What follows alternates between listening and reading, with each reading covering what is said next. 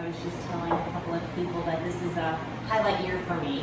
I'm celebrating my 25th year as a nurse and my 10th year as a nurse practitioner. So I've seen a lot. I'm honored to be here today to talk to you about this topic. When we decided the topic that we were going to talk about, it was probably about 3 or 4 weeks ago, and a lot's happened even in that short period of time. So as you know, 2020 has been laden with all types of issues that have caused stress and has taxed our coping abilities. So today I'd like to talk to you a little bit about crisis fatigue, how stress affects the body, and why there are some physiological symptoms that we have when we're under a lot of undue stress. So you may have heard the term crisis fatigue. I've been seeing it in the news, we've been seeing it in articles, we've been seeing it on YouTube. But in my opinion, crisis fatigue is when you are feeling extremely tired and or you have pretty much isolated yourself from what's going on in the world. More or less a desensitization of everything that's been going on. So how crisis fatigue comes about is when you are exposed to stress for long periods of time, and cumulative stress. 2020 started off with the COVID virus and all of the changes in our lives since then and all of the stressors that are related with that. So fear of contracting the virus, fear of protecting our family, social isolation, wearing a mask is now the new norm. On top of that, some people have lost their jobs, and if they haven't lost their jobs, then fortunately they're able to work from home. Then you're having to balance your work life and your home life in the same environment. I don't know about you, but in my stressful situations in life, whether it be work or home, I've been very fortunate that it hasn't occurred at the same time yet. However, when you're having work issues, you go home and you have that ability to decompress and build yourself back up and go back and do it again. And when you're having home issues, you go to work and you concentrate on what makes you do what you do, and you do it well. And it takes away your mind of the things that are going on at home. So when you have that upheaval in both sides, and even in your spiritual life, the upheaval is across the board right now. There's no safe zone. So we're experiencing pulls in all directions. So when you have that stress, one stressful situation, your body's normal reaction to that is a fine oiled machine. So let's just talk about what regular stress can do to your body, and then we'll talk about how chronic stress can lead to the crisis fatigue. So during a normal stressful situation, you hear your baby crying and you can't get to them fast enough, or you've had an illness in the family, or you're driving down the road and somebody pulls out on you, you slam on the brake, and all of a sudden your heart's beating faster, and you're like, oh, that was a near miss. Those are all normal stressful situations. So what generally happens with that physiologically is the hypothalamus in the brain releases a chemical. The chemical affects the adrenal glands. Those are two glands that sit on top of the kidney, and the two hormones that are produced by the adrenal gland in effect that is released during a stressful situation is adrenaline and cortisol. We've all heard of those hormones. So the adrenaline is a hormone that it increases your heart rate, it increases your breathing, it prepares you to do what you need to do right then and there. Cortisol, on the other hand, is the hormone that releases the blood sugar from the stores in your body. So it's preparing to feed your brain, feed your muscle, feed your body, so that if you have to flee or if you have to stand and fight your ground. So when cortisol is released and the sugar is released in your body, then you can have high levels. During a normal stressful situation, those levels go down, your heart rate returns to normal, your blood pressure returns to normal, your blood sugar returns to normal, and then you just keep on going. So being exposed to the cumulative stresses that we've had those hormones are continuously released in your body. And when you have those sustained levels of elevated hormones, it can affect your body. So how can it affect your body? It causes anxiety, it causes depression, it can cause weight gain, it can cause problems with your digestive system. It can lead you into chronic hypertension, coronary artery disease. There's a gambit of all of things that can happen when those levels stay sustained. So I'm not telling y'all that to scare you. I'm just giving you a little picture. So some of the things that I have done, at least in my life, I'll share with you that have been very important. And I'm even going back to junior high school. Ladies, I had a counselor in junior high school that probably saved my life in multiple situations when it came to stress. So my father was in the military and we moved around a lot. I have been to 15 schools in my 12 years of schools, and I've been to 7 different states, so we've moved around a lot. Well, New Orleans has always been home, and periodically we would come back home for a year or two before we would go someplace else. Well, when we moved back home, I was going to a public school, and I'm being raised up on the East Coast. It's very different down here in the South. So when I was attending school, like, everything changed. There was no bus ride. I had to take the public school bus system. It didn't seem like the structure here was the same as the structure there. Not better, not worse, just different for a 13-year-old. And I became very stressed, and it affected me in all of those ways. I was nauseated in the morning, I was tired, I didn't want to get up out of bed, I didn't want to interact, I didn't want to play, I didn't want to do the things that made me happy. So after my mom and my dad took me to all kinds of doctors, and physiologically, they're saying she's perfectly normal. It's got to be something emotional. What's going on? And so they took a look at the picture and realized I was having a hard time dealing with our new life, going to a new school. So we sat down with the counselor, and she became my best friend. And I would eat lunch with her every day. And one day, she just finally looked at me and she said, "Michelle, you're a bright young girl."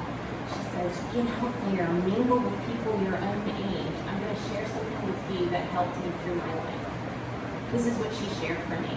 And it is very simple, but it was very profound to a 13-year-old and has affected how I handle my stressors every day.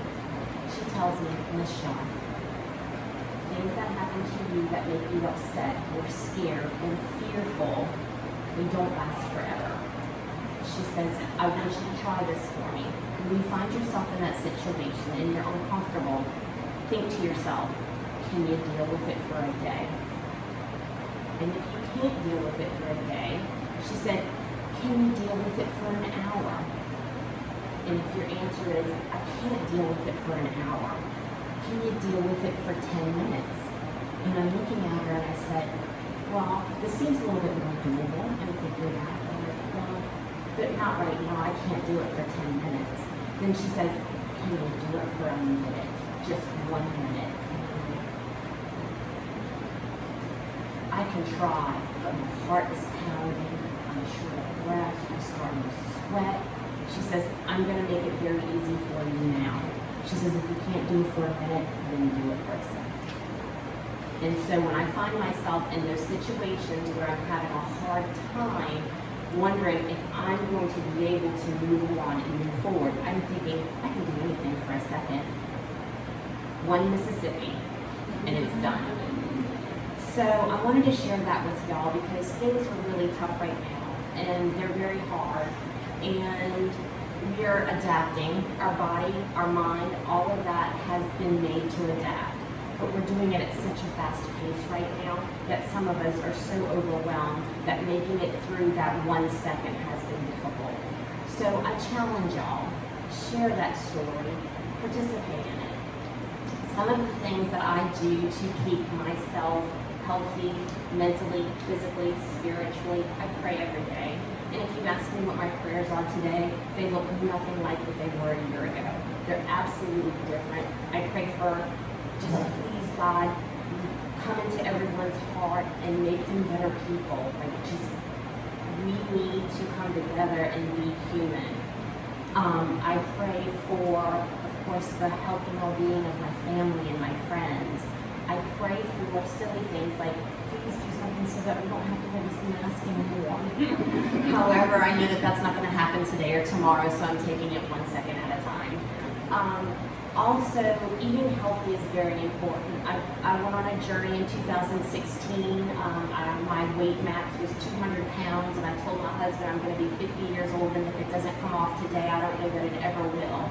My weight journey started with, I started thinking about it in October, and I started it in January, and I stuck to it. I lost 50 pounds in 4 months, and I've kept it off.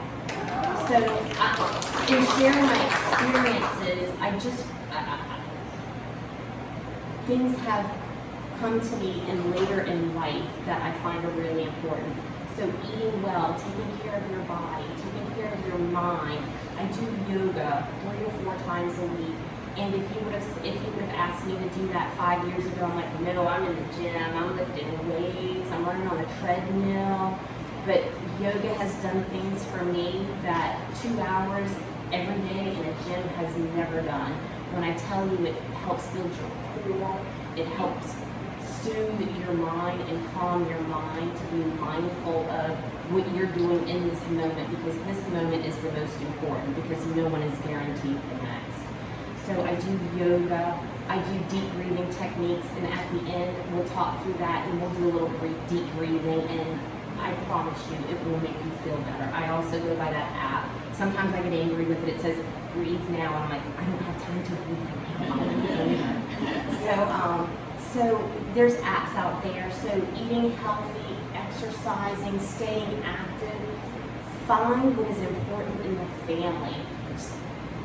Prior to COVID, everybody was running. The kids have organized ball. We have dance. We have this. What are we doing now? We're in the yard. We're swimming. We're bike riding. If nothing else that this virus has done, I think it has brought families much closer.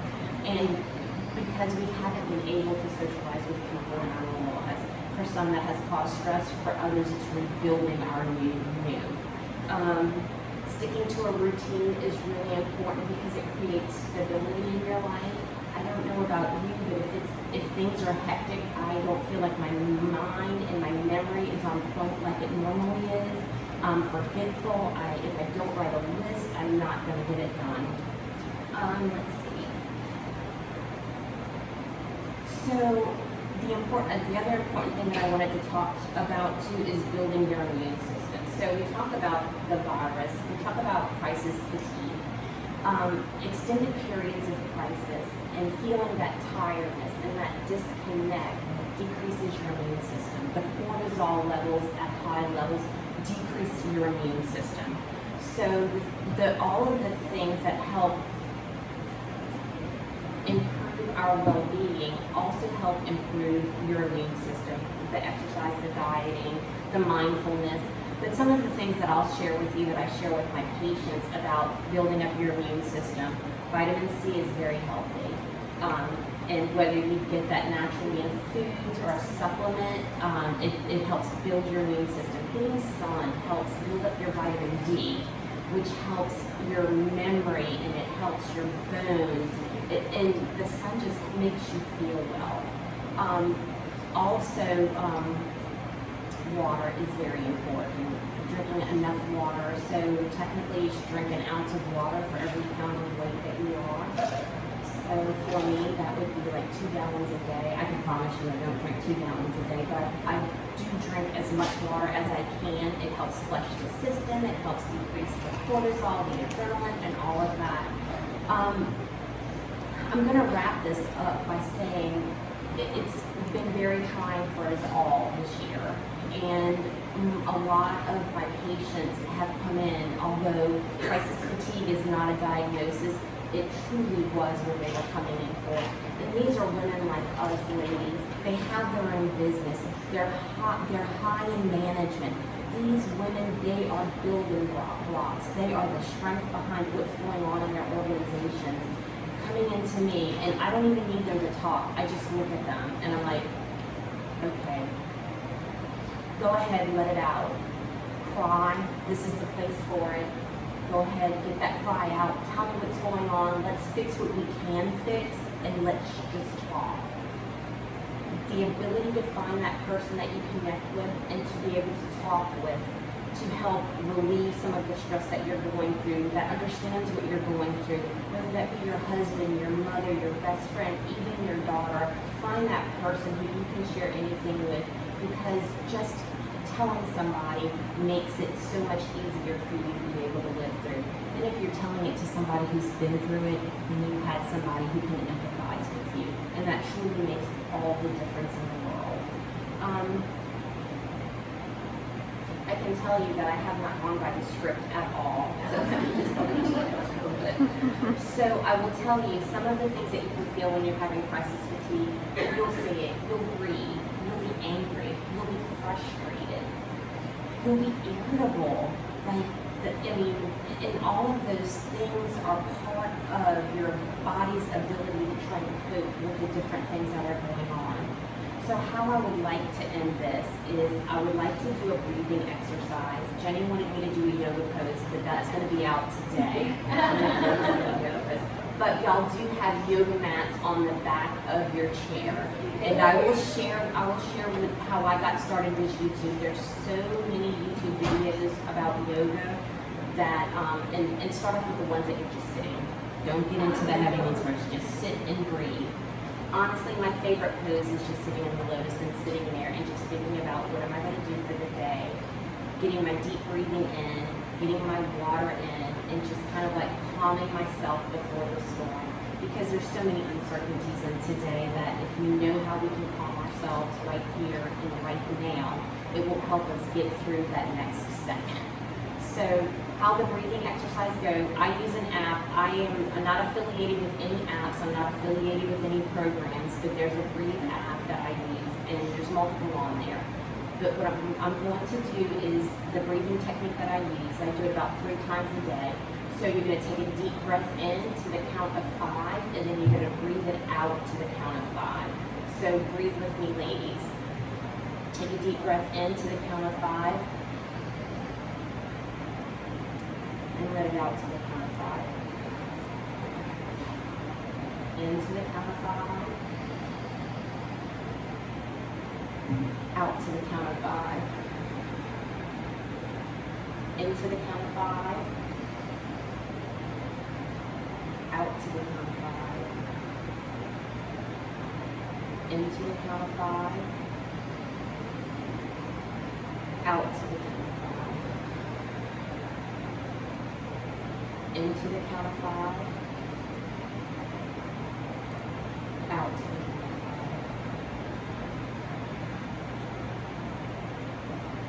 How do you feel? So I challenge you to use that in your daily activity. It's something that has worked for me. Take care of yourself. Love the people that are around you. Reach out to the people that you haven't seen in a while. And just get home and hug your children and your family. Take care of yourself. Get some exercise in. Drink plenty of water. Does anybody have any questions?